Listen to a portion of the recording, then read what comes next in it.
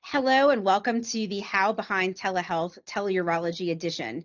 My name is Dr. Pamela Agrabish and I am the Vice President of LT Telehealth.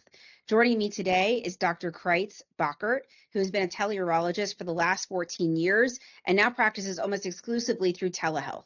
And today we're going to talk a little bit about how teleurology has really become a mainstream way to practice and what that looks like. So Dr. Bockert, thank you so much for joining us today. We appreciate your time. Let's first dive in with how you got into practicing teleurology. And my guess would be that it was because of what happened with the pandemic and COVID.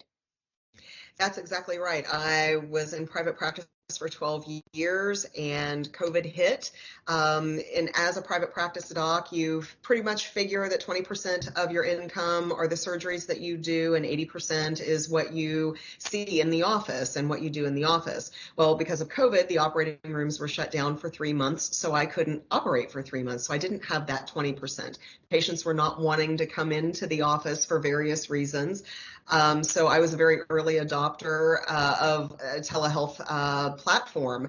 And just by doing that, I was able to continue to maintain my revenue generation in the office and actually have everything run pretty well on schedule without any interruptions. And how did your patients interact via screen? Were they put off by the fact that here was their urologist interacting with them across a recording or a video? No, actually not. They were all actually very, or the majority of them, I would say, were very appreciative because it was also more convenient for them from the confines of their home because we were all confined at the time. And so they didn't have to worry about traffic and all of those different things and being late for appointments. It actually also worked out fabulously because I was in a more rural area and seeing patients from more rural areas. So it was fabulous when the bad weather hit, because when bad weather hits and there's snow on the ground, patients have a hard time making it in anyway. So you have a lot of no-shows. With this, we didn't have no-shows. So it was like a perpetual snow day doing things by telehealth because you could still see patients. Yeah, it's fantastic. And I think we've seen, right, how promising the field is and how, tele is not going away. It's becoming the future. I think the other thing that we probably 100% need to touch on is the current urology market, which, as you and I both know, there seems to be less and less practicing urologists. Those urologists that are in practice are feeling significant burnout. People are wanting to take less call. And there still just seems to be, right, as many, if not more, patients that still need care. And so our health systems are having to look in different directions of how we are going to really provide the appropriate management to these patients. Mm-hmm. You and I are both huge proponents of telehealth. I don't think that's a secret to anyone, but I do want to chat about teleurology and really how it's coming to the forefront. I think you probably have colleagues that may say, no, we have to be hands-on. There's no way that we can do this. Can you talk a little bit about, let's focus on inpatient first. What does this look like for a teleurologist inpatient setting and setting up a teleprogram? Mm-hmm. So as you and I have spoken before, I like to separate it out into two different arenas, inpatient and outpatient. And specifically on the inpatient side, we can do exactly what we're doing right now. You have your ancillary staff right there. Say somebody comes into the emergency department. You have your ancillary staff right there. You've got the monitor and you can see the patient on the monitor and you can talk to the patient. You can instruct the nurses or the APPs or whomever is there, to put in the catheter, or, you can look at the imaging. You can talk to the patient about the imaging. So there's actually very little that we do need to lay hands on. Usually if it's an inpatient situation, there is another practitioner there on site. You can direct and basically do, our curbside consults, as we like to call them.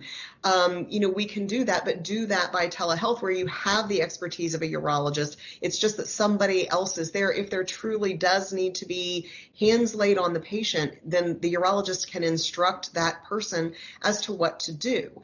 Especially in the newer ages, APPs, so nurse practitioners and PAs, are being trained to do cystoscopies. So in fact, you can have an APP at bedside doing a flexible cystoscopy at bedside. For instance, if you have somebody that comes in with urinary retention and they can't get a catheter in, well, that person can then directly talk to you and say, okay, I'm seeing this, I'm seeing a pinpoint stricture. Well, that's great. You know what's going on at that point in time. And then you can use your other team approach staff by consulting interventional radiology to place a suprapubic tube, and you bypass the stricture, and basically you get that patient stabilized such that the urologist, if they're not going to be in the facility for another day or so, the patient can then go home because they're stabilized. Absolutely. What do you say to maybe your colleagues who would come back and say, I don't have great collaborative efforts, or I don't have APP staff? How can they go about maybe for those few times that there are true urological emergencies, right? We talked about those. There's like two where you maybe need backup general surgery. How do you go about maybe fostering those relationships? It's a basic human relations and sitting down and talking with your team and organizing. And most hospital systems and healthcare systems are not well organized. I mean, let's be honest. It's kind of everybody's going in a million different directions. If somebody does not have, and a facility does not have that actual urology department, you've got to think outside of the box. You've got to come up with creative ways. You have to focus on fostering those relationships with your general surgeons, with your interventional radiologists, and with your ER docs and your internal medicine, your hospitalists, because those are the people that you're going to rely on. So it is going to take a collaborative effort to sit down and communicate and say, hey, this is the situation that we're in. We're going to have to work together. We're going to have to use one another such that patients aren't getting transferred out. They can be treated in their community. And it just comes down to basic human relations and playing well in the sandbox, and talking about what's expected from each party and what we're going to need to make this happen to serve the patients in the best possible way. For sure. I would agree. And I think everyone in every specialty line, not just urology, we're all having to relook at how we work together, how we see patients, what's the most effective way. And honestly, I know I'm actually much more efficient when I'm seeing folks through telemedicine, right? It keeps me on task. I don't get the constant interruptions. I actually really, really enjoy practicing this way. And I do think that there's a place for it everywhere. Let's delve into the outpatient opportunity. When we're setting up outpatient urology clinics, or let's talk maybe just about your office days, what does that look like for you? So any patient that needs follow-up, I'm particularly fellowship trained in FPMRS, so incontinence and pelvic reconstruction, had a large population of patients who were just medication follow-ups, every 6 months or every year. Those patients, you don't have to lay hands on those patients. If they're emptying their bladder and they're doing well on medication, that's a perfect telehealth appointment. Recurrent urinary tract infections. If you're treating somebody for recurrent urinary tract infections, those are also appointments that can be done by telemedicine, because if they do actually need a urinalysis, well, you send the order to the lab and they go to the lab and get it done, or they come into your office and drop off their urine. If your office is one that allows that sort of thing, you just put in the order and they stop by at their convenience. Any sort of evaluation of stones or renal masses, those patients can even be seen by initial new patient visit by telemedicine, because in those instances, you don't need to lay your hands on that patient. I mean, let's be realistic. You don't. You're looking at the imaging. The imaging is generally going to tell you if it's suspicious for renal cell carcinoma. And at that point in time, you set them up for surgery, or you set them up for interventional radiology consult for ablation. If it's a kidney stone, you look at the imaging, you see if it's an urgent situation. If it's an obstructing stone, okay, you get them set up for surgery. If it's a non-obstructing stone and it's going to be an elective procedure, you still get them set up and you're able to talk to them, as you said, uninterrupted.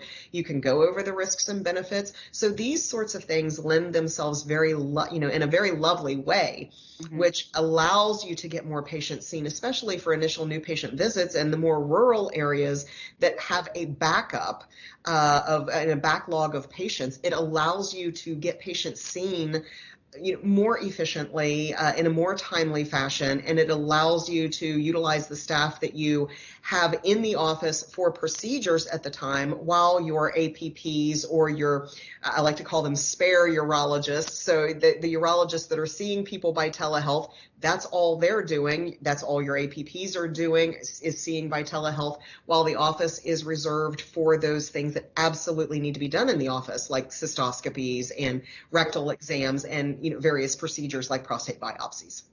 Absolutely. Absolutely. And I think, when we really look at this, from the holistic picture, we're delivering safe, effective care. The patients are being seen, in all honesty, in a more timely manner. I do think the collaborative care is the way that we're going to move forward, right? By incorporating nurse practitioners and physician assistants into the constant practice of urology. Mm-hmm. But I think the bigger takeaway from this is, for your colleagues that again are worried about, I must be there, I must be in front of that patient.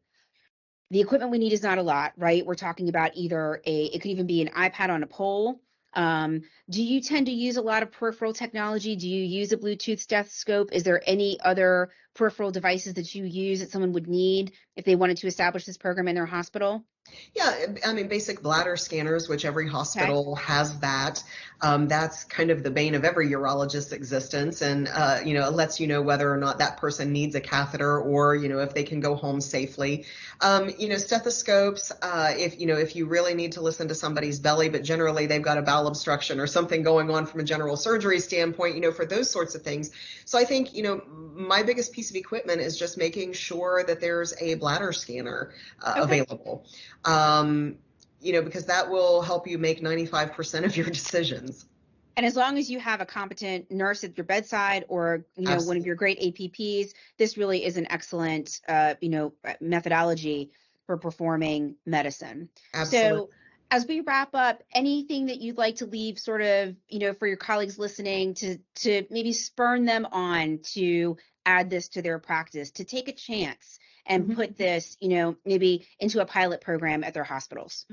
Yeah, so in those instances where their colleagues are absolutely convinced that they need to be there, we get so focused in on thinking about something in one particular way. I would say, okay, start out with baby steps, because this is, I know I've been doing this, for a while now, and developed my company to build these programs for facilities. So I know that it works. And now I'm used to thinking in the telehealth frame of mind. So for those that say, no, I'm still not comfortable, well, let's go with baby steps and talk to someone like myself who builds these companies, or you who has a lot of experience, and we can give you kind of the roadmap for those things that you can start out with seeing by telehealth, baby steps. And then as you get more comfortable, then I think my colleagues would be very, very shocked at what you actually can do with telehealth. But it's okay to start out with baby steps, because we've been conditioned. So I could not agree more. you don't Absolutely. have to go full force. Start out with a little bit of a hybrid system and play around with it. Set up a half a day in the office to do telehealth and just see how it goes. I think you'll find that you're getting your charting done and you're getting home to your family a little sooner. And it's also a little more comfortable. Sometimes it's nice to stay home and see patients from home, especially if you're a doctor that has small children, or you need, something else is going on, or you're not feeling quite right. I mean, I was doing telehealth from my home when I had COVID and couldn't go into the office. I was still seeing patients. I was fatigued, but I wasn't having to run back and forth from room to room. So I was able to still work and see patients even when I was ill. Absolutely. Absolutely. And this brings, right, work-life balance. That's the other piece of this. A lot of these programs are being constructed primarily because we don't have enough urologists to go around. So how Correct. do we expand your, width and breadth and reach, by either enabling APPs, by, enabling nurses at the bedside, but also, again, by restoring some, rest for those physicians and letting them go home or not take call. There is this possibility. Tele does bring it. And I Absolutely. could not agree with you more. A pilot program, you can always turn it off. but if you never try it, you'll never know. So, yeah, I really do appreciate your time today. I thought this was great. So thank you so much for joining me and discussing essentially how this really does, present effective urological care that empowers patients, optimizes our healthcare resources. For our audience, be on the lookout for our next edition of our Inside Telehealth series. Until then, we'll see you later. Thank you.